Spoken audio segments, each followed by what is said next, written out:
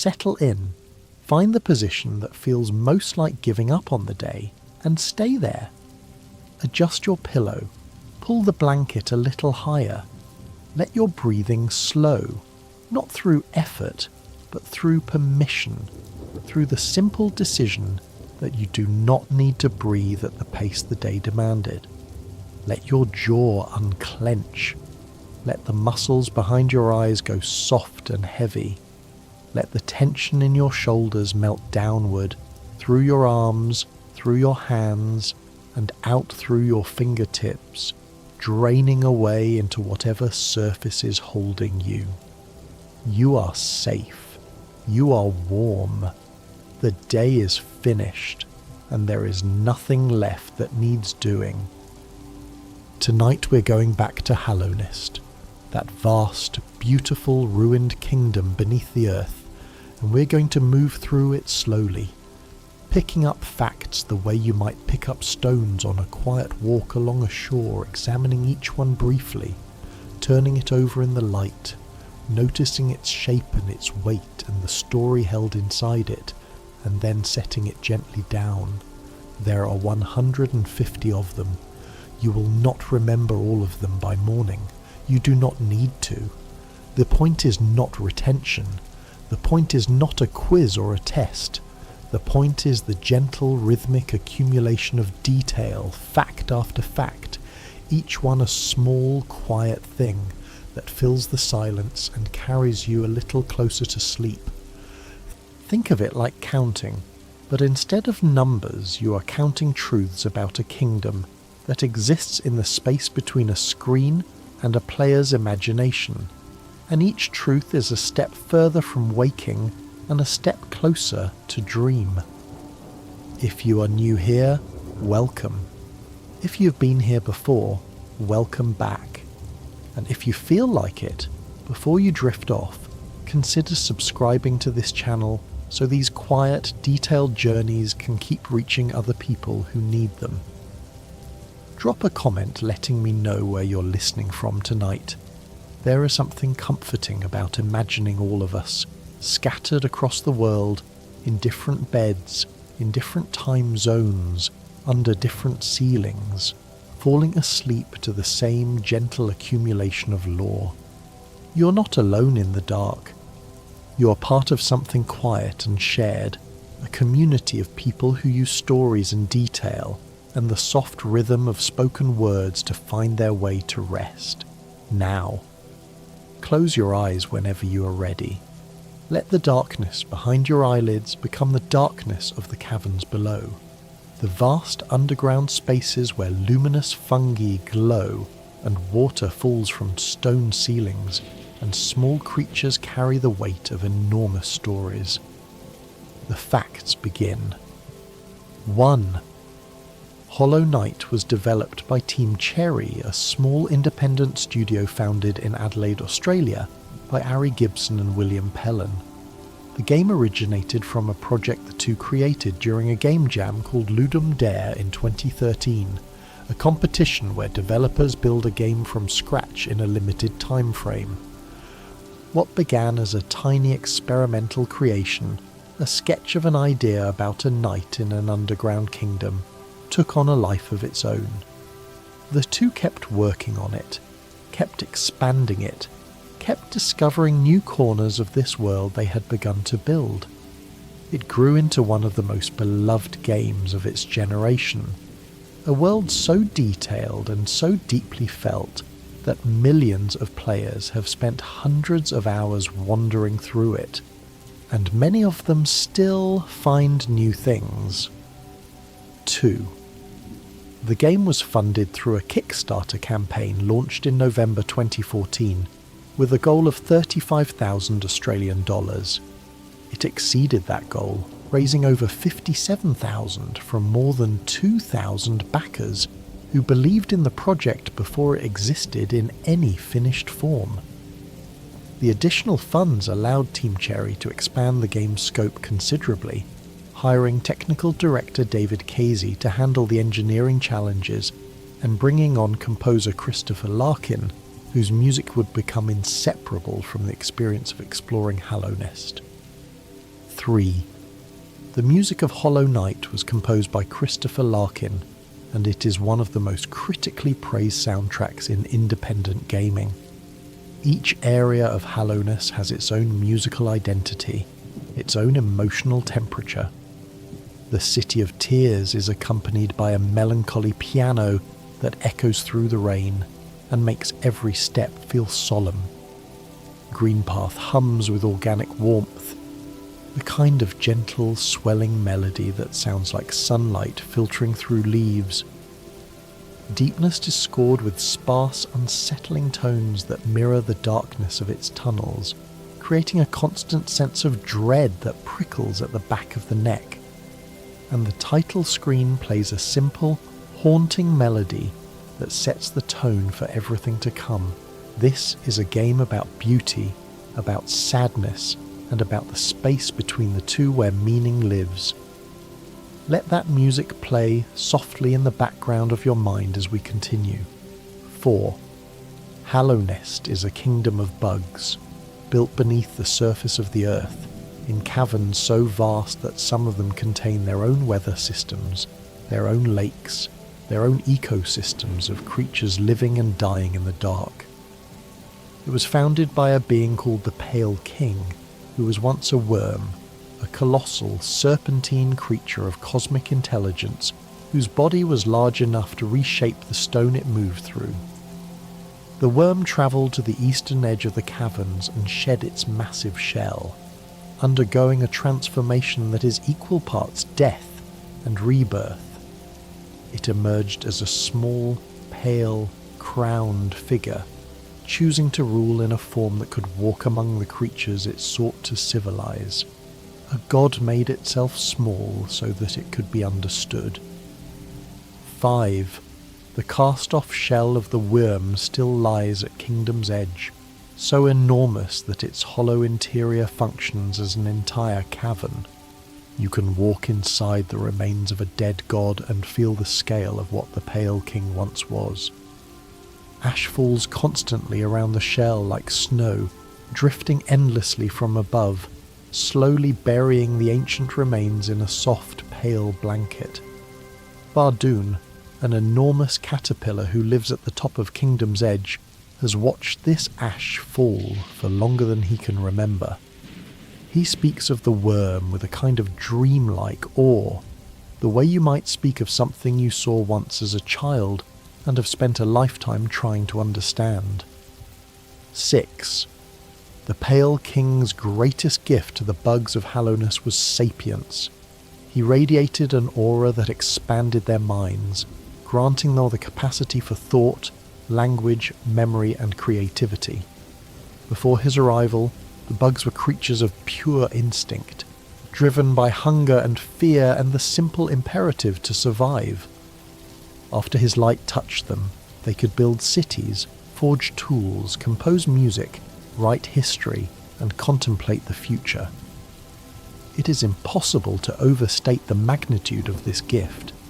To take a creature that knows only how to flee and feed and suddenly fill its mind with the ability to wonder, to grieve, to dream, to love. That is what the Pale King offered, and it is why the bugs of Hallownest worshipped him with an intensity that bordered on the religious. 7. Before the Pale King arrived, the Moth tribe worshipped a deity called the Radiance, a higher being of pure, brilliant light. The Radiance was the sun of their small world, the warmth around which their culture orbited. She gave the moths warmth, purpose, and identity. They built their entire civilization around her existence. When the Pale King arrived and offered his gift of expanded minds, the moths turned away from the Radiance and embraced the new order.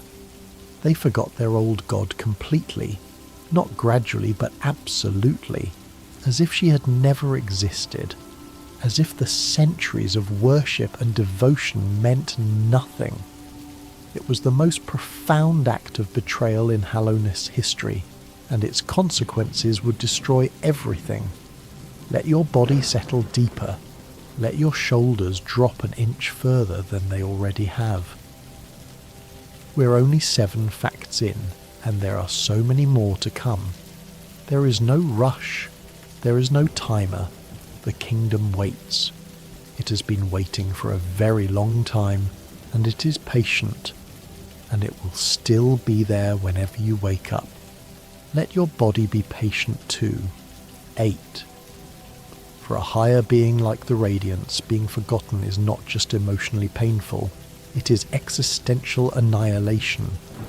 Gods in Hallownest exist through the belief of their worshippers. When the moth stopped believing, the Radiance began to fade, slowly dying in the dream realm, the ethereal plane of consciousness that connects all living minds. 9. The Radiance did not accept her erasure. She fought back, reaching into the dreams of Hallownest's citizens, forcing her way back into the minds that had abandoned her. This manifested as the infection, a plague of orange light that turned bugs into mindless, violent husks, erasing their personalities and reducing them to extensions of the Radiance's desperate will to be remembered. 10.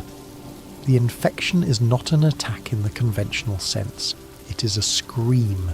It is the desperate act of a forgotten god refusing to disappear. From the Radiance's perspective, the Pale King stole her worshippers, and the infection is her only tool to reclaim them. 11. The City of Tears is Hallownest's capital, built directly beneath the Blue Lake. Water seeps continuously through the porous rock ceiling, creating an eternal rain that falls over the city's Gothic spires, slick cobblestone streets, and dark, elegant architecture. The rain provides fresh water, washes the streets, and fills the city with a constant soothing sound. 12. The City of Tears is lit by lumafly lanterns, small glass enclosures containing bioluminescent insects. The warm yellow glow of these lanterns reflecting off the wet pavement creates the city's distinctive melancholy beauty. 13. Beneath the City of Tears lie the royal waterways, a vast network of pipes, tunnels and reservoirs constructed to manage the constant influx of water from the Blue Lake above. Without this infrastructure, the city would have flooded. 14. The Pale King established a transportation network using stag beetles, large, gentle creatures who carried passengers through a system of underground stations connecting the far reaches of the kingdom. The stag stations were grand structures with vaulted ceilings, iron gates, and comfortable benches. 15. The last stag is the sole surviving member of his species.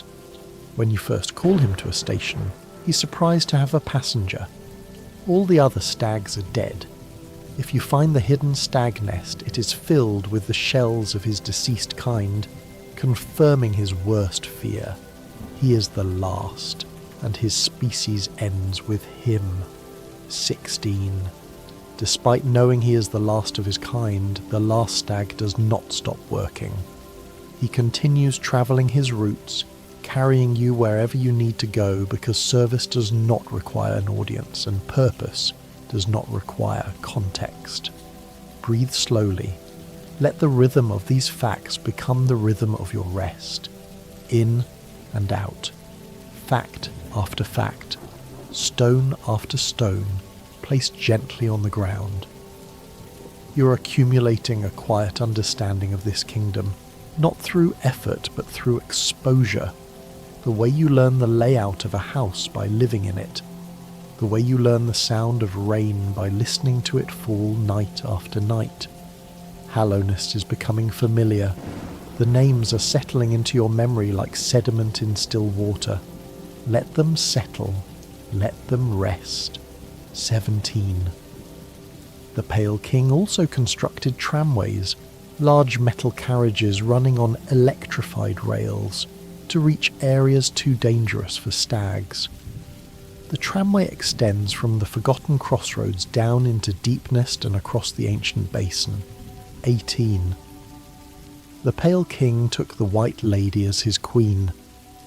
She's a higher being associated with nature and growth, taking the form of a massive pale root system that stretches through the earth like veins through a body. In happier times, her roots nourish the kingdom, and her presence brought vitality to the gardens and caverns around her. But as Hallownest fell, the White Lady bound herself in the Queen's gardens, wrapping herself so tightly in her own roots that she could no longer move even if she wished to. When you find her, she speaks softly, gently, with a kind of tired dignity that suggests she's been waiting for a very long time, and is somewhat relieved that someone has finally come, even though she knows you bring endings rather than beginnings. 19. The Pale King and the White Lady produced thousands of children. These were not ordinary offspring. They were not raised with lullabies and bedtime stories. They were vessels, beings born of void and godly essence, created in mass quantities to serve a single, terrible purpose, to contain the radiance. The Pale King took the fundamental substance of nothingness, mixed it with his own divine energy, and created children who were designed, from conception, to be empty. They were living containers, born only so that something could be sealed inside them. 20. The children were cast into the abyss, a vast chasm at the very bottom of Hallownest filled with a primordial substance called the Void. The Void is the physical manifestation of absence, the opposite of both the Pale King's light and the Radiance's brilliance. It is darkness given form.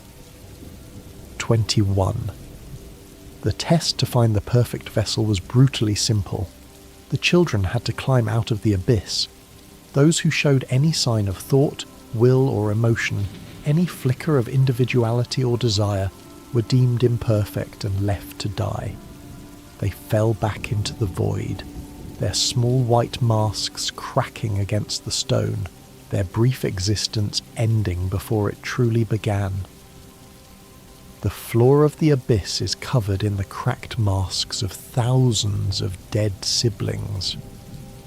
When you descend into the abyss during the game, you walk across these masks, and each one represents a child who was not empty enough, who felt something, who wanted something, even if that something was only the wish to live. 22. The phrase carved throughout the Pale King's personal spaces reads, "No cost too great, no mind to think, no will to break, no voice to cry suffering." It is the mantra of a ruler who decided that his kingdom's survival was worth the lives of his own children. Read it again in your mind slowly. No cost too great. He meant it. He looked at the broken masks of his children at the bottom of the abyss, and he carved those words into his walls, and he meant every one. 23. One vessel reached the top and was chosen. This was the Hollow Knight, a towering figure who was sealed inside the Temple of the Black Egg to contain the Radiance. 3 dreamers, Lurien the Watcher, Monomon the Teacher, and Hera the Beast, entered eternal sleep to power the seal on the temple's door. 24. The protagonist of the game, the Knight, is another vessel who escaped the abyss but was not chosen. The Knight is a sibling of the Hollow Knight, born from the same parents, created for the same purpose, and discarded with the same indifference. 25. The Knight has no voice, no personality, and no memories that the game reveals directly. It is, by design, an empty vessel. The player fills the Knight with purpose by playing the game, making the player's journey a mirror of the Hollow Knight's intended role. 26. The Hollow Knight was not truly hollow. During the time spent being raised by the Pale King, the Hollow Knight developed feelings for its father. This tiny emotional bond, an idea instilled, was the crack the Radiants exploited to escape containment. The entire plan failed because the Pale King could not prevent himself from forming a paternal connection. 27. At the end of the Path of Pain, the most punishing platforming challenge in the game, there is a memory of the Pale King and the young Hollow Knight sitting together looking at each other. This is the moment the bond formed. The Pale King buried this memory behind the deadliest trap-filled gauntlet in his palace, unable to destroy it, unable to face it. 28.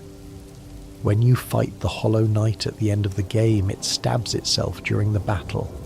The Hollow Knight drives its own nail into its own body, repeatedly, violently, trying to weaken itself, trying to help you kill it. This is not a boss trying to defeat you. This is a sibling in agony, begging for release.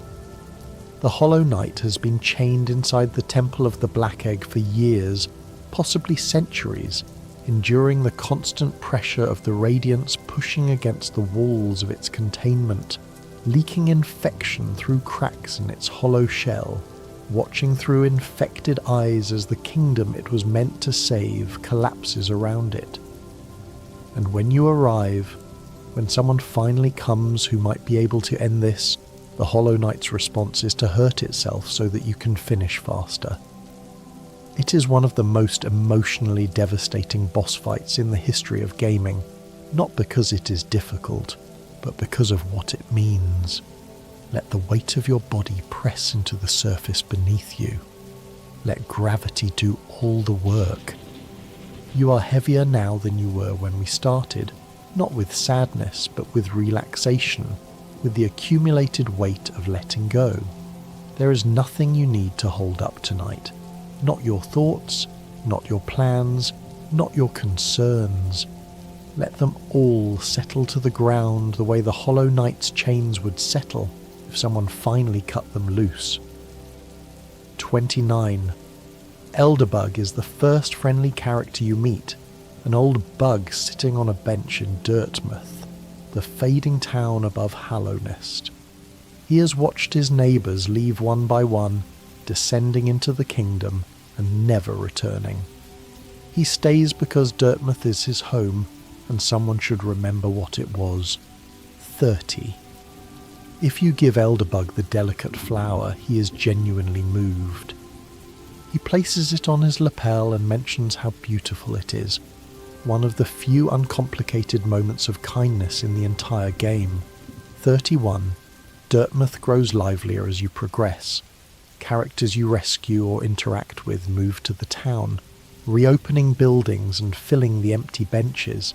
Elderbug comments on each new arrival with cautious optimism. 32. Cornifer is Hallownest's cartographer, a cheerful bug who can be found in nearly every area of the game mapping the territory.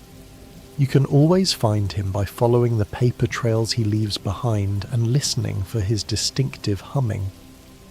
33. Cornifer is silent in Deepnest. Unlike every other area where he hums contentedly while working, in Deepnest he is visibly frightened, whispering instead of speaking, terrified by the darkness and the spiders surrounding him. 34. Cornifer is married to Iselda, who runs a map shop in Dirtmouth.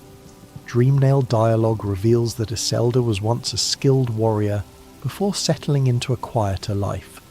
She gave up the nail for a calmer existence with her husband. 35. Sly is a shopkeeper in Dirtmouth who sells various items and charms. He's also a former nail master, one of the greatest warriors in Hallownest's history. He trained 3 students, Oro, Matto, and Shio. His combat skills are revealed in the Godmaster content, where he appears as the great nail sage Sly, a ferocious boss fight. 36. Sly's 3 students each represent a different nail art. Oro teaches the dash slash, a horizontal lunging strike in his hut at Kingdom's Edge. Matto teaches the cyclone slash, a spinning overhead attack in the Howling Cliffs. Shio teaches the Great Slash, a powerful charge strike, in his hut in Greenpath. Shio has since abandoned combat entirely and taken up painting. 37. If you spare the nailsmith's life by refusing to strike him down when he asks, he relocates to Shio's hut in Greenpath, where the two develop a companionship built on shared love of art. The nailsmith discovers painting and finds a reason to live beyond his completed masterpiece. Let your thoughts drift. Let them become lighter, less defined, more like shapes in water than objects on a shelf. Your thoughts do not need to be coherent right now. They do not need to lead anywhere or conclude anything.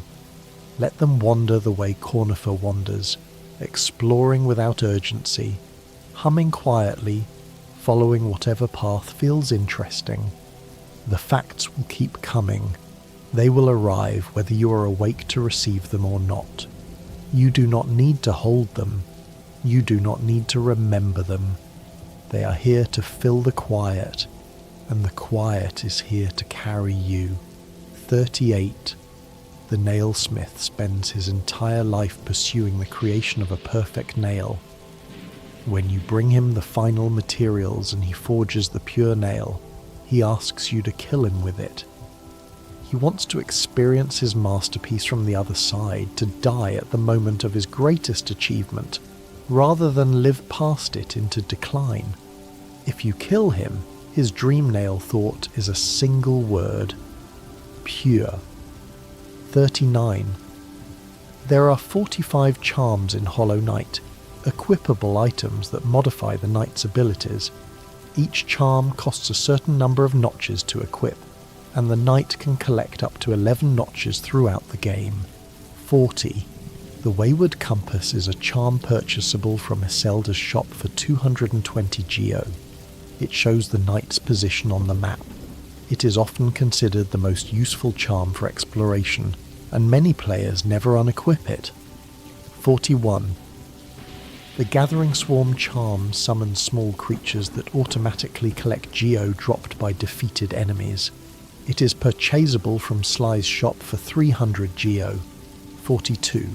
Charm Lover Salubra is a large jovial bug who sells charms in the Forgotten Crossroads. If you collect enough charms and visit her, she gives you additional notches, rewarding your dedication to finding them. 43. When you equip all notches with charms and speak to Salubra, she gives you a special blessing called Salubra's Blessing, which causes soul to slowly regenerate when sitting on a bench. 44. The Dream Nail is a weapon obtained from the seer in the resting grounds. It allows you to read the thoughts of NPCs and enemies, enter dreams, and collect a substance called essence from dream warriors and spirits scattered throughout Hallownest. 45. The seer is the last of the Moth tribe, an ancient, tired bug who remembers her people's betrayal of the Radiance. When you collect enough essence, she gives you the awoken dream nail and then fades away, ascending beyond the physical world, the last witness to a crime that no one else remembers. 46. There are 7 dream warriors scattered through Hallownest, the spirits of fallen combatants who challenge you to battle when disturbed. They include Zero, Gorb, Marmu, No Eyes, Galien, Markoth, and Elder Hu. Each grants essence when defeated. 47. No Eyes is a dream warrior found in the Stone Sanctuary in Greenpath.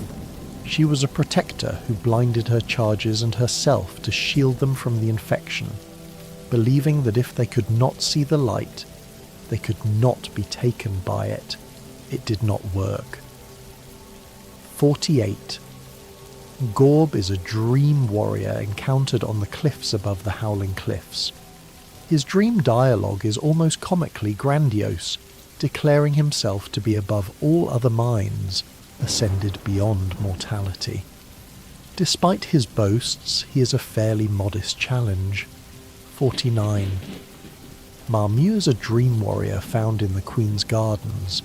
She was a caterpillar-like creature who trained endlessly in the gardens, hoping to one day break free of her earthbound form and fly. Her dream is to transcend, to become something more, and her spirit retains that hopeful energy even in death. 50. You have reached 50 facts. That is 1/3 of the way through, 1/3 of the journey already behind you, and the remaining 2/3 stretching out ahead like a long, gentle slope leading down towards sleep. Let your body celebrate this milestone by releasing any remaining tension in your hands. Let your fingers curl naturally, softly, like leaves at the end of a long day. Let the small muscles in your wrists and forearms go slack. Let your palms open slightly, as if you were holding something very small and very light and have decided to let it go. The kingdom continues, the facts continue, and you continue to sink slowly and comfortably into the warm, dark space between listening and dreaming. 51. The Forgotten Crossroads is the first major area of Hallownest, a network of tunnels and caverns that once served as the main throughway connecting the kingdom's regions. After enough game progression, the area becomes the infected crossroads, its tunnels choked with orange infection, and its enemies made significantly more aggressive. 52. Greenpath is a lush, overgrown area filled with moss, thorns, and acid pools. It is home to various plant-like creatures and serves as the domain where you first encounter Hornet, who tests you in battle to determine whether you are worthy of proceeding. 53. Hornet is the daughter of the Pale King and Hera the Beast. She was born as part of a bargain. Hera agreed to become one of the 3 dreamers, sleeping forever to maintain the seal on the Hollow Knight's prison, in exchange for a child of royal lineage. Hornet is the product of a political deal between a god and a queen. 54. Hornet is not a vessel. Unlike the Knight and the Hollow Knight, she is a gendered, thinking, feeling individual, born of a different mother and under different circumstances. She serves as both a guardian and a guide throughout the game. 55. Hornet's silk abilities come from the Weavers, an arachnid tribe of deepness known for their exceptional silk crafting. The Weavers could create not only textiles but also spells and seals with their silk. Hornet likely spent part of her upbringing among them. 56. In the Sealed Siblings ending, Hornet creates a Weaver seal on the Black Egg Temple, after the Knight takes the Hollow Knight's place as the vessel containing the Radiance. This demonstrates her connection to the Weavers and their ancient craft. 57. Fungal Wastes is a damp, spore-filled area dominated by massive mushrooms and fungal growths. The Mushroom Clan inhabits this region, speaking in cryptic, philosophical statements delivered through glowing spore clouds. Their elder Mr. Mushroom appears in various locations throughout Hallownest and speaks in mysterious metatextual riddles. 58. Mr. Mushroom's dialogue hints that Hallownest is just one in a cycle of kingdoms and civilizations that rise and fall throughout the ages. He says, worms pull bugs into their thrall till ages pass and kingdoms fall, suggesting that the Pale King's arrival and the kingdom's destruction are part of a larger, recurring pattern. 59. The Mantis tribe inhabits the Mantis village in the Fungal Wastes. They are a proud, honourable warrior society that never fully submitted to the Pale King's rule. Instead, they reached an agreement. The Mantises would maintain their independence in exchange for guarding the passage into Deepnest. 60. The Mantis Lords are a boss fight consisting of 3 powerful Mantis warriors. If you defeat them, the entire Mantis village acknowledges your strength. The Mantises in the village, who previously attacked on sight, bow to you as you pass and no longer engage in combat. 61. A fourth Mantis Lord, the brother of the other three, embraced the infection, seeking power from it. He became the Traitor Lord, growing massive and twisted with orange plague. His sisters exiled him for this betrayal, and he retreated to the Queen's gardens with his infected followers. 62. The Traitor Lord is the being responsible for the death of Zalma's lover, and his infected mantises killed Drya, one of the 5 great knights, who died defending the White Lady's chamber in the Queen's gardens. Breathe in deeply. Fill your lungs completely, slowly, as if you are drawing the air from a deep, clean well.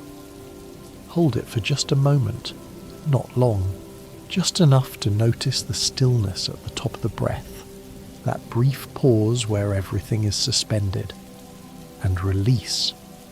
Let the air carry away the weight of the world, the details of the day, the plans for tomorrow, the concerns that were circling earlier. Let the exhale take all of it. You're past the halfway mark of the second third now. The facts are becoming a current, and you are floating on it, carried without effort, moving through Hallownest's geography and history, the way water moves through the royal waterways, finding its own level, following gravity, requiring no guidance and no force. 63. Deepnest is one of the most unsettling areas in the game, and it earns that reputation through every design choice. It is dark, so dark that without the Lumafly lantern the tunnels ahead are almost invisible, and what little you can see only makes you wish you could see less.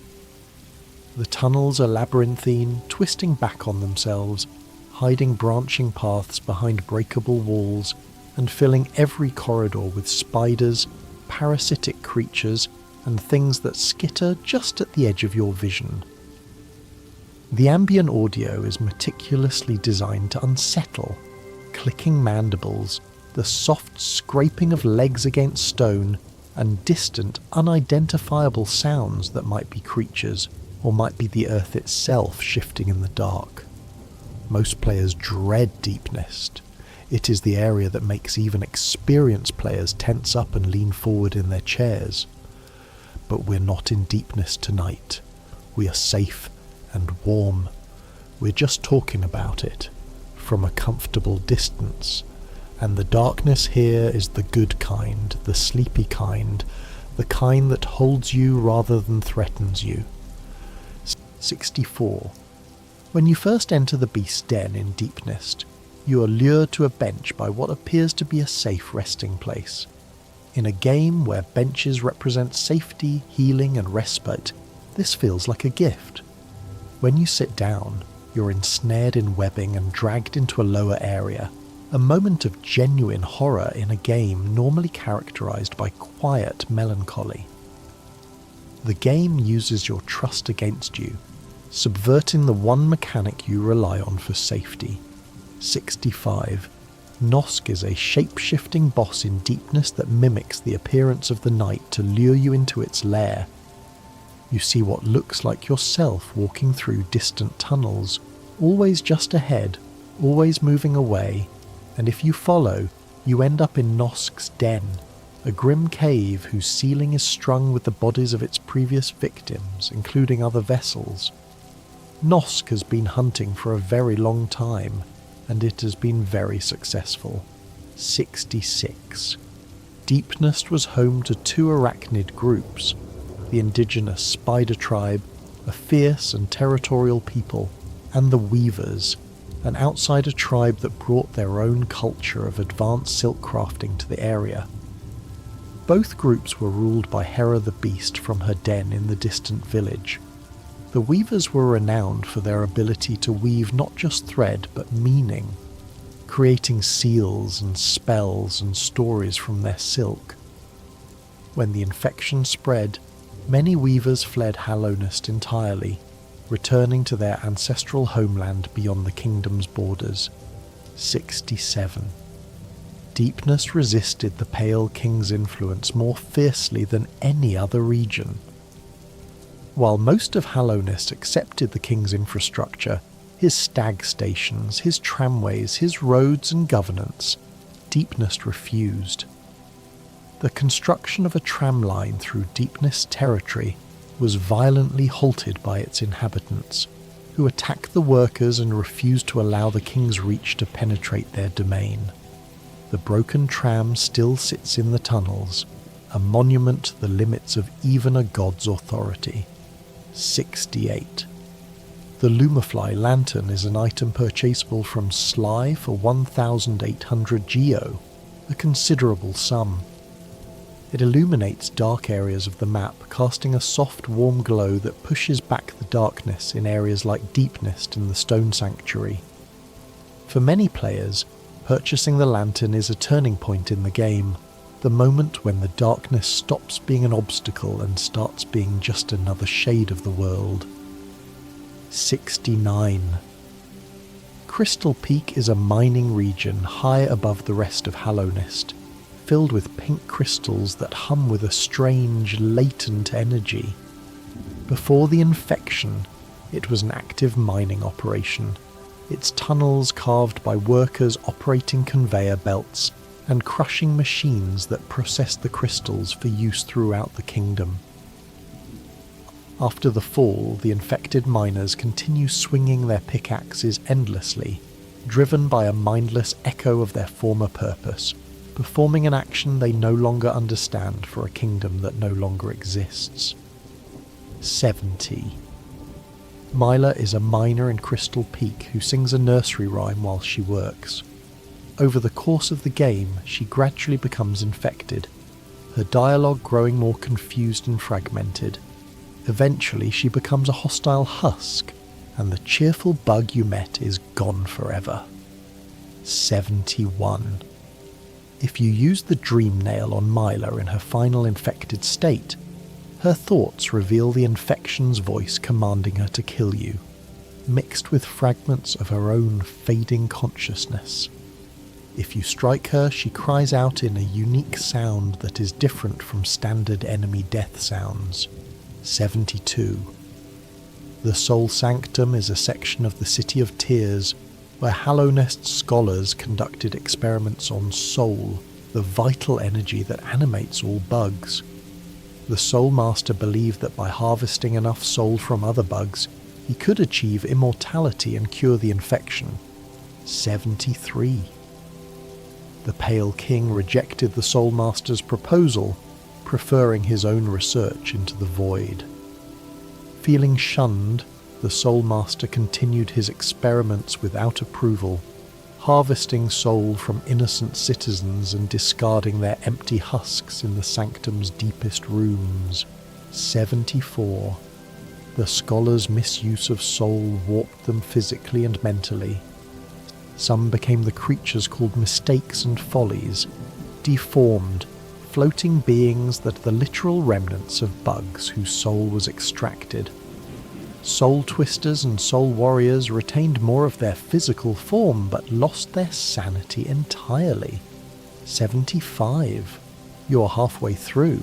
75 facts behind you, 75 ahead, and the middle point of any journey is where exhaustion usually lives, but tonight the middle point is where comfort deepens. Let that register as a gentle, warm acknowledgement.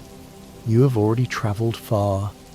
You have crossed from the development history of the game into the depths of its lore, from the surface of Dirtmouth down through the forgotten crossroads, past the City of Tears, through the fungal wastes, into Deepnest, and now you are climbing back up through the darker territories of Hallownest's story. Let your eyelids grow heavier if they have not already closed. The dark is soft. The facts are soft. Everything is moving toward stillness. The rain in the City of Tears is falling. The crystals in Crystal Peak are humming. Myla's song has grown quiet, and you are sinking into the warm, dark earth of rest, comfortably buried in detail, held by the weight of everything you have heard. 76. Quirrell is a wandering scholar who appears at various points throughout your journey, always cheerful, always curious, always pausing to appreciate the beauty of a kingdom that is killing everything inside it. He carries the mask of Monomon the teacher on his head, though he does not know why. The mask protects him from the infection and simultaneously causes him to forget his past. Monomon gave it to him before entering her eternal sleep, an act of mercy. She spared Quirrell the knowledge that his teacher, the being he loved and served above all others, would eventually need to die. An official comic reveals that Hornet initially fought Quirrell when he tried to enter Hallownest, only allowing him passage after recognizing Monomon's mask, which activated its magical properties during their clash. 77. Quirrell helps you fight Umu, the jellyfish guardian of Monomon's archive in Fog Canyon. During this fight, Quirrell is an ally, striking at the protective membrane that shields Umu from harm, fighting alongside you in one of the few moments where you're not alone. After Monomon's seal is broken, Quirrell remembers everything, all at once, and speaks with gentle, devastated acceptance of his teacher's sacrifice. There is no anger. There is only understanding and the quiet weight of knowing that someone you loved chose to leave you, and that the leaving was an act of love. 78. Quirrell's final appearance is at the Blue Lake, the most peaceful location in the entire game. He sits on the shore with his nail planted in the ground beside him, his mask removed for the first time, looking out over the still blue water. He speaks of feeling his age, of being thankful for his journey, and of the world being vast and wondrous. He says these words with the tone of someone who is very tired and very grateful, and very ready to rest. If you leave and return, he is gone. Only his nail remains standing upright by the water's edge. The achievement for this encounter is called Spend a Final Moment with Quirrell. Team Cherry has never confirmed whether Quirrell dies or simply leaves, and perhaps the ambiguity is the kindest answer. 79. The Blue Lake is one of the most serene locations in Hallownest, a vast underground body of still blue water that catches the light and reflects it softly against the cavern walls. Its calm surface and gentle ambient sound, a kind of deep oceanic hum, make it a deliberate contrast to the chaos found elsewhere in the kingdom. It is the place the game chooses for Quirrell's final scene, and that choice is not accidental. Some goodbyes require stillness. 80. Fog Canyon is a unique area filled with explosive bubbles that pop with a sharp crack if you strike them. Floating jellyfish called umas that drift slowly through the haze, and a humming static that fills the air like the sound of a radio tuned between stations. It is not hostile so much as alien, a place that feels like it belongs to a different world entirely. It serves as the approach to Monomon's archive and the teacher's domain, and its dreamy underwater atmosphere seems specifically designed to prepare you for what you will find there. A scientist who chose sleep over life, and a student who came home to say goodbye. 81. The three dreamers each agreed to eternal sleep for different reasons. Lurien the Watcher did it out of absolute devotion to the Pale King. Monomon the Teacher did it out of cold, logical calculation, having determined it was the only viable equation for Hallownest's survival. Hera the Beast did it for a child. 82. Lurien's chamber is at the top of the Watcher's spire in the City of Tears. He commissioned the Watcher Knights, massive suits of armour animated by swarmflies, to guard his sleeping body. 83. Monomon is a giant jellyfish who floats suspended in a glass incubation tank, filled with green liquid in her archive. She's the only dreamer who eventually wished for the seals to be broken, recognizing that stasis had become worse than destruction. 84. Hera's bargain with the Pale King resulted in the birth of Hornet. Hera held her daughter briefly, perhaps named her, perhaps looked at her once, and then went to sleep forever. She never saw Hornet grow up. 85. The Colosseum of Fools is an arena in Kingdom's Edge where combatants fight for glory, geo, and the simple primal satisfaction of proving themselves the strongest. It is a brutal place, its stone walls stained with the remnants of countless battles, its audience roaring from the stands above. It has 3 trials of increasing difficulty. The first trial introduces the arena's rhythm, the second demands real combat skill, and the final trial is a marathon of increasingly dangerous enemies that tests endurance as much as ability. The rewards include Geo, Pale Ore, and the satisfaction of survival. 86. Zote the Mighty is a self-proclaimed hero whose nail, which he named Life Ender, believing that names have power, is made of shellwood and cannot deal any damage whatsoever. He repeatedly gets captured throughout the game, first by a Vengefly king in the Forgotten Crossroads and later in Deepnest, and must be rescued each time. He always claims credit for his own salvation, insisting that you merely delayed his own brilliant escape. He is simultaneously the most frustrating and the most endearing character in the game. 87. Zote lives by 57 self-authored precepts, a list of often nonsensical or contradictory rules that highlight his delusional self-importance. Precept 1 is always win your battles. Precept 45 is one foe, one blow, which is particularly ironic considering his nail cannot deal damage. The precepts are absurd, grandiose, and delivered with absolute conviction. Given his track record, every single one is deeply ironic. 88. Bretta is a shy bug who becomes infatuated with the night after being rescued from the fungal wastes, where she apparently wandered after leaving Dirtmouth. She moves back to town and fills her room with drawings and diary entries idealizing the night, constructing an elaborate fantasy around her silent rescuer. If Zote is also rescued and brought to Dirtmouth, Bretta gradually transfers her affection to him, drawn in by his boastful tales, imagining him as the Grey Prince Zote in her dreams, a towering, noble version of the delusional wanderer. 89. If you defeat Grey Prince Zote in Bretta's dream enough times, 4 times to be precise, Bretta experiences a kind of awakening. She realizes that neither the knight nor Zote are the hero she imagined, that no one is going to save her in the way she fantasized about, and that the only person who can write her story is herself.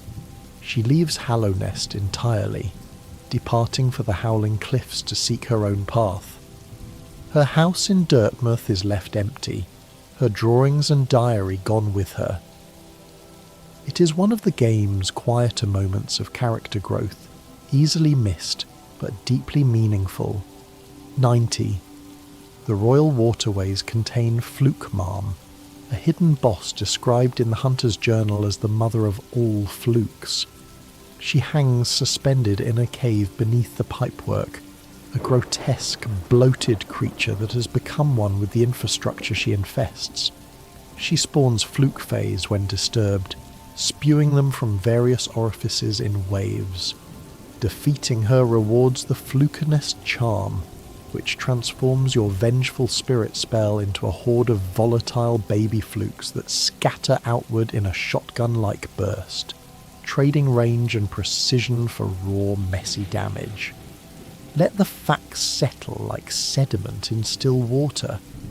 Let them drift to the bottom of your awareness, where they can rest without being examined, without being organized, without being remembered in any particular order. Your body is heavy now, heavier than it was at Fact 1, heavier than it was at Fact 50, settling into the surface beneath you with the kind of commitment that comes from genuine relaxation. Your breathing is slow, automatic, a rhythm your body is managing entirely on its own, while your conscious mind drifts further and further from the controls.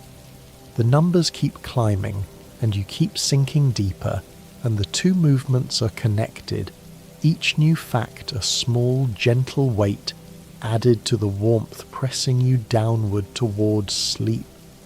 91.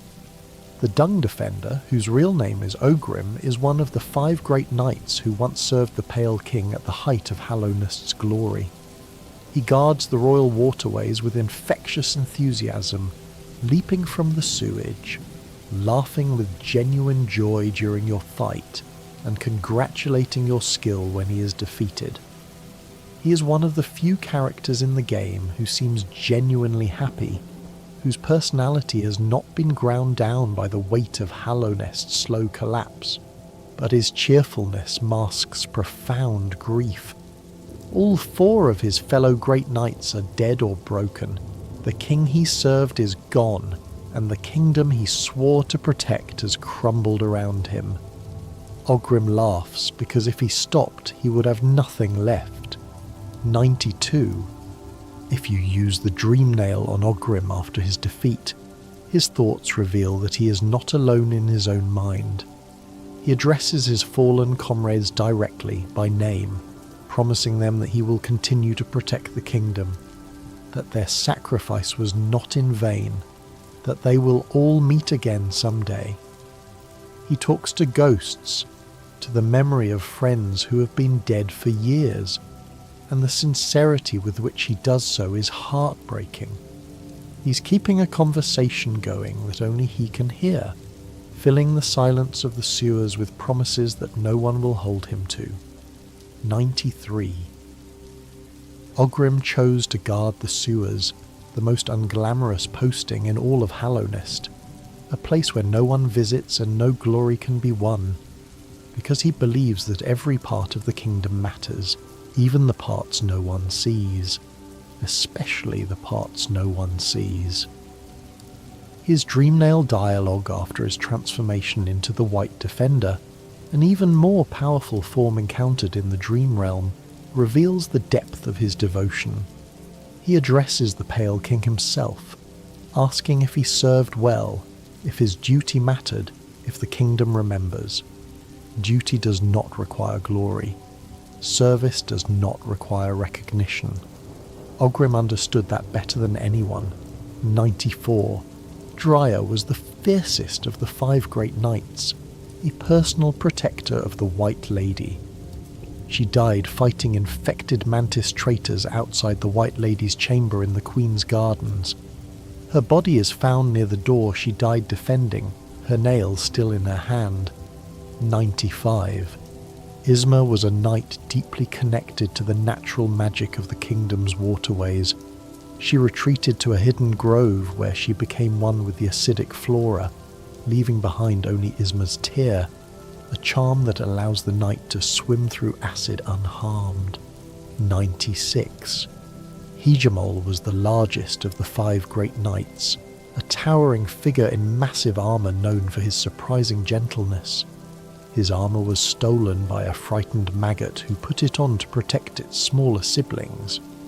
When you fight the false knight at the beginning of the game, you are fighting that maggot in Hegemol's stolen armour. It is one of the game's earliest and most easily missed pieces of lore. 97. Zima, the Grey Mourner, is the 5th great knight, a foreign warrior from lands beyond Hallownest, who fell in love with the daughter of the traitor lord. After her lover was killed in the conflict between the loyal mantises and the traitors' faction, Zima retreated to the resting grounds, consumed entirely by grief. 98. Zima asks you to carry a delicate flower to her lover's grave in the Queen's Gardens. The flower breaks if you take any damage or use a stag station. The journey requires absolute patience and care, making the delivery one of the game's most tense experiences. 99. You can also deliver the delicate flower to other characters. Giving it to Elderbug causes him to express genuine, uncomplicated gratitude. Giving it to the Godseeker in the junk pit alters the ending of the Godmaster content. 100 facts, 2/3 through, 100 quiet truths about a kingdom underground, each one a small light in the dark, each one a step taken on a path that does not ask you to run or fight or struggle, only to keep walking gently at whatever pace feels right. If your eyes are closed, that is good. If your breathing has slowed to a deep automatic rhythm, that is exactly right. If the boundary between waking and sleeping has become thin and soft, like the membrane of one of Fog Canyon's bubbles, hovering, translucent, ready to pop at the gentlest touch, that is exactly where you should be. Do not pull yourself back. Do not chase alertness. Let the remaining 50 facts carry you the rest of the way, each one lighter than the last, each one closer to silence. 101. The Grim Troop is a band of nomadic performers who appear in Hallownest after the night lights a nightmare lantern in the Howling Cliffs. They serve the nightmare's heart, are being born from nightmares, and their purpose is to sustain it through a perpetual ritual. 102. The ritual involves collecting scarlet nightmare flames from enemies called Grimkin scattered throughout the kingdom. These flames represent the fear and terror emanating from Hallownest's fall. The collected flames are fed to the Grimchild, a charm given to the night by Troop Master Grim. 103. Completing the ritual requires defeating the Nightmare King, a more powerful form of Grim. The act of defeating him allows the Nightmare's heart to transfer into the fully matured Grimchild, who will grow into the next Troop Master Grim. The cycle is eternal. 104.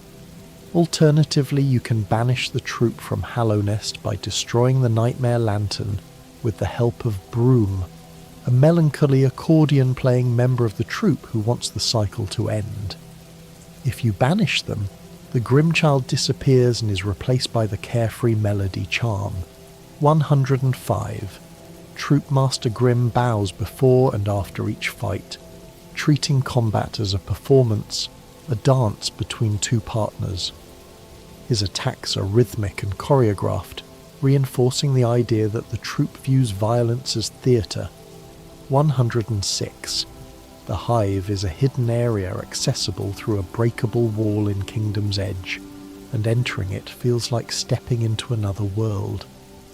It is populated by bees who serve a massive queen, and the entire space is built from golden honeycombs and wax, its walls glowing with a warm amber light that is utterly distinct from any other location in Hallownest. Where most of the kingdom is cold and grey and blue, the Hive is warm and golden, humming with activity and purpose. 107. The Hive is unique because the bees do not appear to have fallen to the infection in the same way as other creatures. They are hostile to intruders, fiercely so, but they retain their organisational structure, their hierarchy, their sense of collective purpose. The Hive Knight guards the Queen with fierce dedication, and there is something admirable about the bees' self-contained world. A society that endured while everything around it crumbled. 108. Defeating the Hive Knight rewards the Hive Blood charm, which slowly regenerates the last mask of health, lost over a period of several seconds. This makes it invaluable for exploration and platforming challenges like the White Palace, where the ability to recover from mistakes without using soul means the difference between progress and frustration. 109. The White Palace is the Pale King's grand residence, and its story is one of the strangest in the game. When Hallownest began to fall, when the infection spread beyond containment and the kingdom's systems began to collapse, the Pale King did not flee.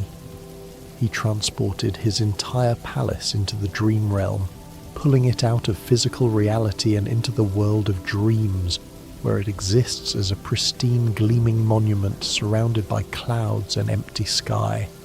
But the palace is filled with buzzsaws, spikes and thorns, a labyrinth of lethal traps that seems to reflect the Pale King's spiraling paranoia in his final days, a desperate need to keep everything and everyone away. 110. To access the White Palace, you must find the corpse of a king's mould in the ancient basin and use the dream nail on it. This single, slumped guard, its white armour cracked and its void interior drained, is the only physical remnant of the palace remaining in the waking world. It is the sole doorway into the king's final refuge. Everything else is gone, pulled into dreams, leaving behind only this one loyal guard who stayed at its post even in death. 111. The retainers still present in the White Palace bow endlessly in empty corridors, performing their courtly duties for a king who is already dead. Their minds were seemingly erased by the trauma of the transition to the dream realm, or perhaps deliberately wiped by the Pale King to spare them the horror of understanding what had happened to their kingdom. Either explanation is tragic. They are servants who cannot stop serving, greeting guests who will never arrive, maintaining order in a palace that exists only in a dream. 112. The king's moulds are the Pale King's royal guards, constructs made of white armour filled with liquid void. They have no mind, no biology, and no vulnerability to the infection, because you cannot infect something that does not think and does not dream.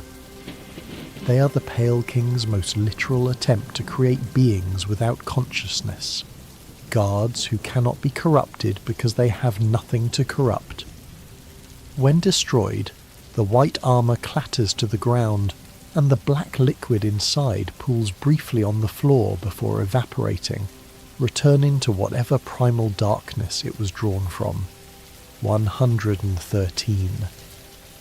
The Collector is a failed king's mould, a void construct that developed a distorted personality. It captures creatures from Hallownest and locks them in glass jars, driven by a twisted obsession with preservation, a dark mirror of the Pale King's own desire to save his kingdom. 114. The Collector is found in the Tower of Love in the City of Tears. Its manic, giggling laugh echoes through the corridors as it leaps around the arena. The jars scattered throughout the tower contain trapped grubs, among other creatures. Let your jaw go completely slack. Let your lips part slightly if they want to. Let the muscles around your eyes release whatever they are holding. Let your forehead smooth out like the surface of the blue lake on a day without wind. Every muscle in your face has been working all day, expressing, reacting, squinting, thinking. Now they can stop. Now they can rest. The facts are becoming gentler now, quieter, more like whispers than statements, more like the ambient sound of a place than the words spoken inside it. You are deep in Hallownest now, deep in the quiet, deep in the kind of knowledge that does not demand attention, but simply offers itself. 115. There are 46 grubs hidden throughout Hallownest, each trapped inside a glass jar. Breaking the jar frees the grub, which returns to the Grubfather in the Forgotten Crossroads. The Grubfather rewards you with items and geo for each rescued child. 116. After all 46 grubs are rescued, the Grubfather's appearance changes drastically. He is bloated and distended, and the grubs are gone. Empty cocoons surround him. The visual implication is disturbing, but the achievement unlocked is called metamorphosis, and the happy sounds of the grubs can still be heard from inside their father.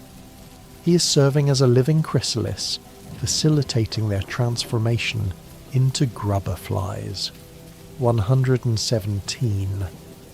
Marissa is a ghost who sings in the empty pleasure house in the City of Tears. She was once a celebrated performer whose voice drew crowds. Now she sings to empty seats, overjoyed to have an audience of even one. If you dream nail her, she disappears, and the building falls silent forever. 118. The pleasure house also contains the body of a bug in a bathtub. The water is still. There is no dialogue, no lore tablet, no explanation. It is one of the game's many silent, unexplained moments of sadness. 119. Cloth is a cicada warrior who came to Hallownest seeking one specific thing, a death in battle worthy of reuniting her with Nola, someone she loved who has died. She's not suicidal in the conventional sense. She's a warrior who believes that a glorious death will carry her spirit to wherever Nola's spirit has gone, and she searches every corner of Hallownest for the fight that will grant her that passage. If you encounter her enough times throughout the game, building a kind of quiet comradeship through shared proximity to danger, she appears during the Traitor Lord fight and is killed in combat, dying exactly as she wished.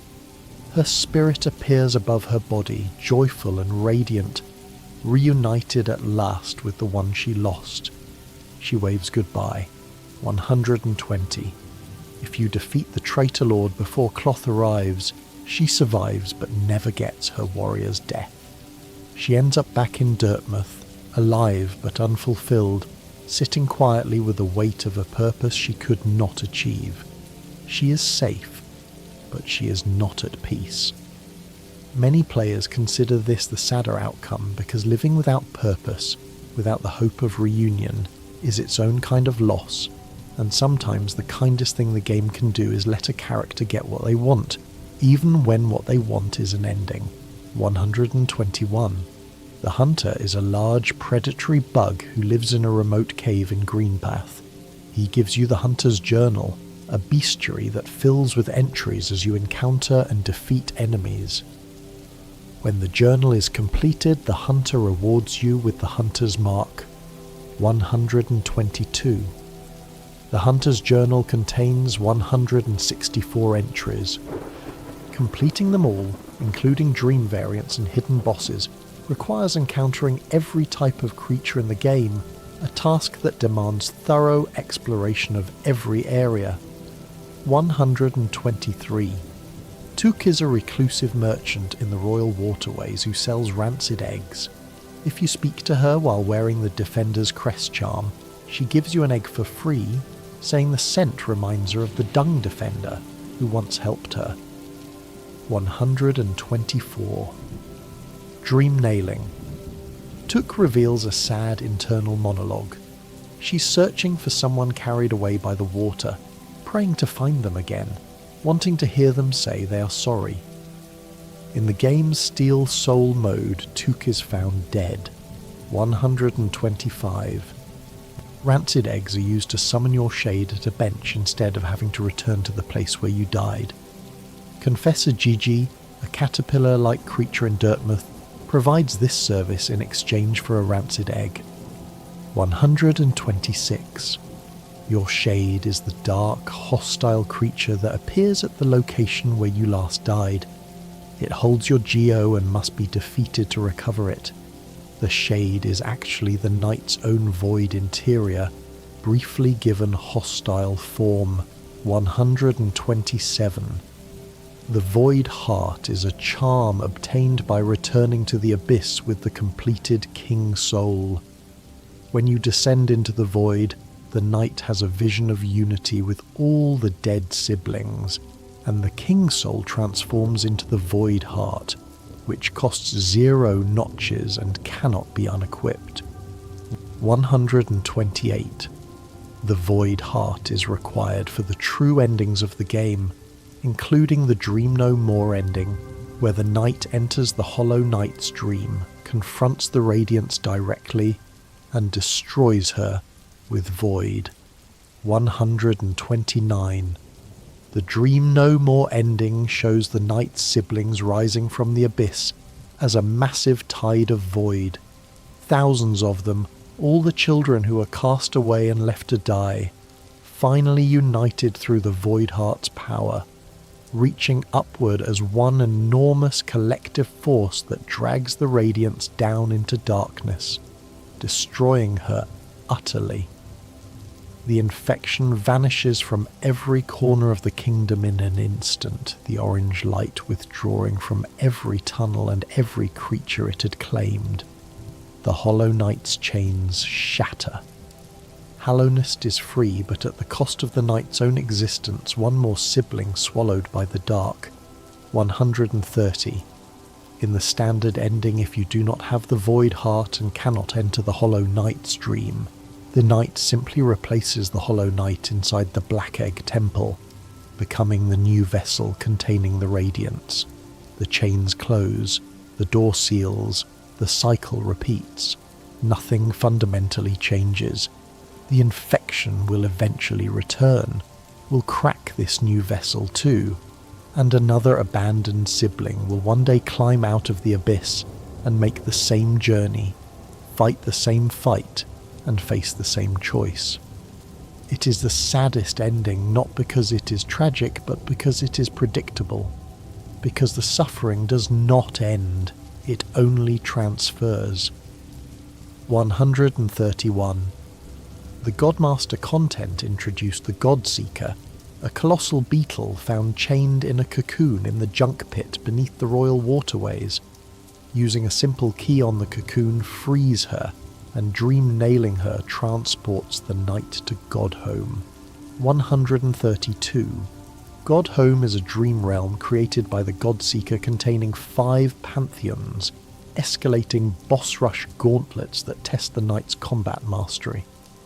The 5th and final pantheon, the Pantheon of Hallownest, contains 42 consecutive boss fights. 133. The Pantheon of Hallownest concludes with a fight against the Absolute Radiance, a more powerful form of the Radiance that serves as the game's true final boss. She's widely considered one of the most difficult bosses in gaming. 134. Completing the Pantheon of Hallownest triggers the Embrace the Void ending. The knight's shell shatters, a massive void entity emerges, destroys the Absolute Radiance and consumes Godhome. In the physical world, the Hollow Knight is freed from the Black Egg, and Hornet finds them emerging from the temple. 135. If you deliver the delicate flower to the Godseeker before completing the Pantheon of Hallownest, a variation of the ending occurs where the delicate flower's power dissipates the void, instead of allowing it to consume everything, suggesting the flower contains a force that opposes the void's spread. You are nearly there. 15 facts remain, and each one is lighter than the last, easier to hold, easier to release. The current is strong now, pulling you gently but irresistibly toward the silence that comes after, the vast, soft nothing that waits at the end of every list, every story, every accumulation of detail. Let it take you. Do not resist. If you are still awake, you are listening through a haze, through the warm, thick gauze that separates the last minutes of consciousness from the first moments of sleep.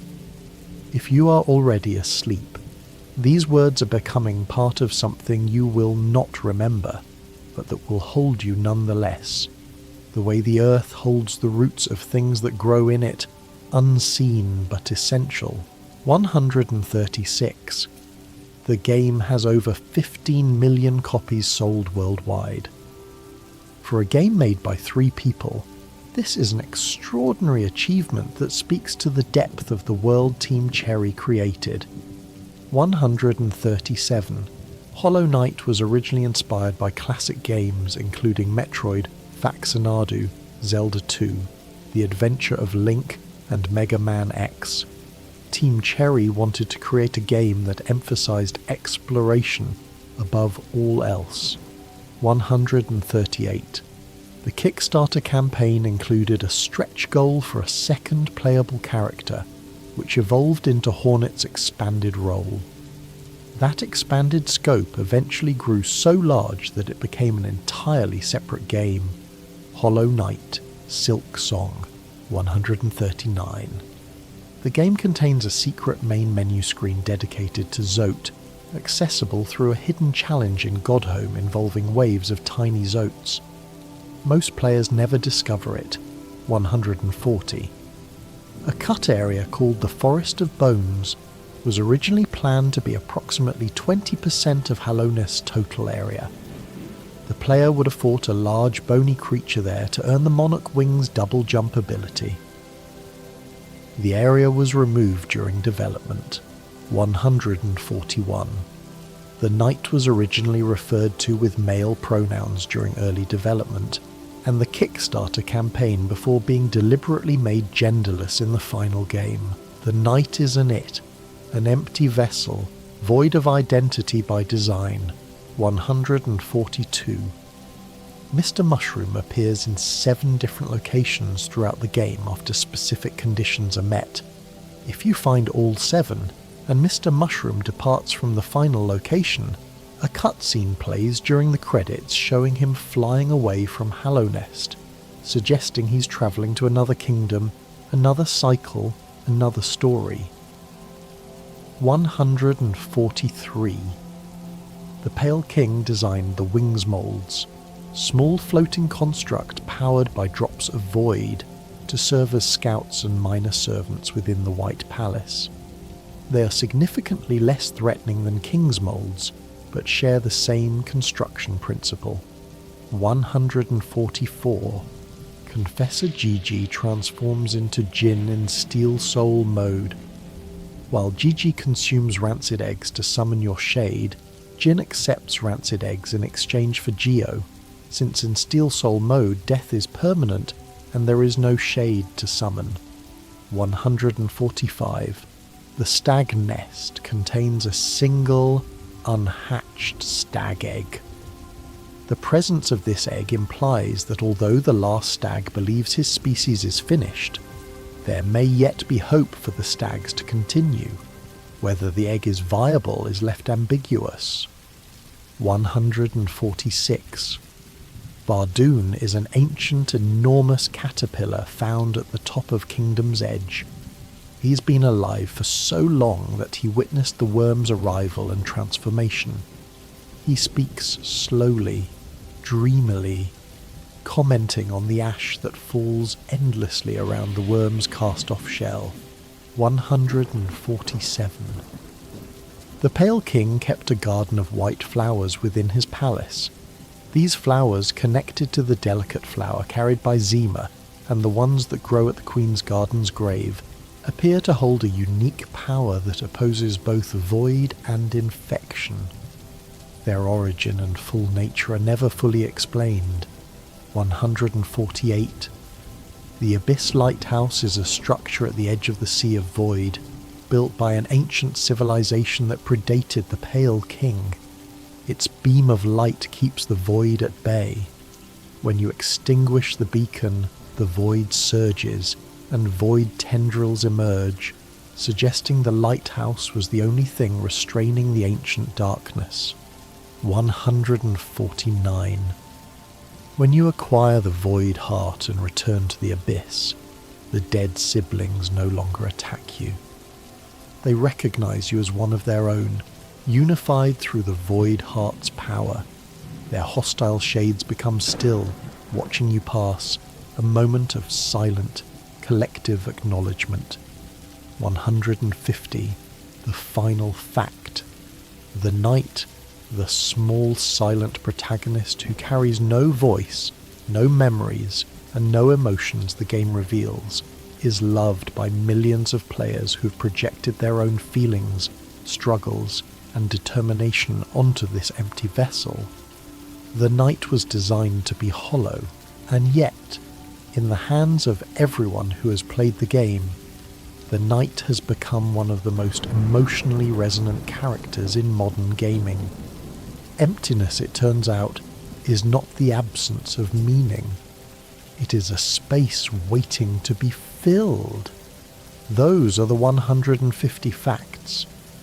Every one of them is a small, quiet piece of a kingdom that exists in the space between code and imagination, between a game and a person playing it, between the screen that displays the world and the mind that makes it real. Hallownest is vast and beautiful and deeply, irreversibly sad, and you have walked through it tonight, fact by fact, step by step, from the first detail about a small studio in Adelaide to the final thought about an empty vessel that became something more. You have covered the geography of the kingdom from Dartmouth to the abyss. You have met its inhabitants, learned their names, understood their grief and their devotion, and their strange, quiet acts of love. You have accumulated 150 truths about a world that does not exist and that exists completely, in every way that matters, in the memories of everyone who has explored it. Let the facts dissolve now.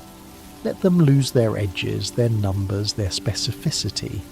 Let them stop being individual pieces of information and become instead a single, warm, undifferentiated feeling. The way individual notes dissolve into music, the way individual words dissolve into the meaning of a sentence. Let them become a warm, gentle blur of dark caverns and falling rain, and tiny glowing lights and ancient patient sorrow. Let Hallownest become a feeling rather than a place, a weight rather than a word, a memory that is already fading before it has fully formed, the way dreams fade in the first seconds after waking, not gone but unreachable, present but formless, a shape you recognize but cannot name. Your breathing is slow, your body is still, the kingdom is quiet. The rain falls in the city of tears, and no one is there to hear it except the ghosts and the husks and the faint, beautiful music that plays for no one. The pale king sleeps on his throne in a palace that exists only in dreams. The hollow night rests in its chains, waiting for release that may or may not come. The radiance burns in the dream realm, ancient and angry and fading. Quirrell's nail stands upright beside the blue lake, a weapon laid down by someone who no longer needs it. The last stag travels his empty routes through tunnels that echo with the memory of busier times. The nailsmith paints in Sheo's quiet hut, discovering that creation does not end when the masterpiece is finished. Ogrim laughs in the royal waterways and grieves in his dreams, and keeps guarding a post that no one asked him to guard. Mila's song has ended, and the crystal tunnels are quieter for her absence. The grubs are transforming inside their father, becoming something new, something that has not yet been named. Marissa sings to the empty seats of the pleasure house, and the music is beautiful, and no one is there to hear it except you, and you are fading. Elderbug waits on his bench in Dartmouth, patient and faithful and quietly glad that someone came back. And you, wherever you are, in whatever room, in whatever country, under whatever ceiling, in whatever gentle darkness has gathered around you like a blanket, are falling asleep. The kingdom is done. The story is told. The facts have all been laid out on the ground.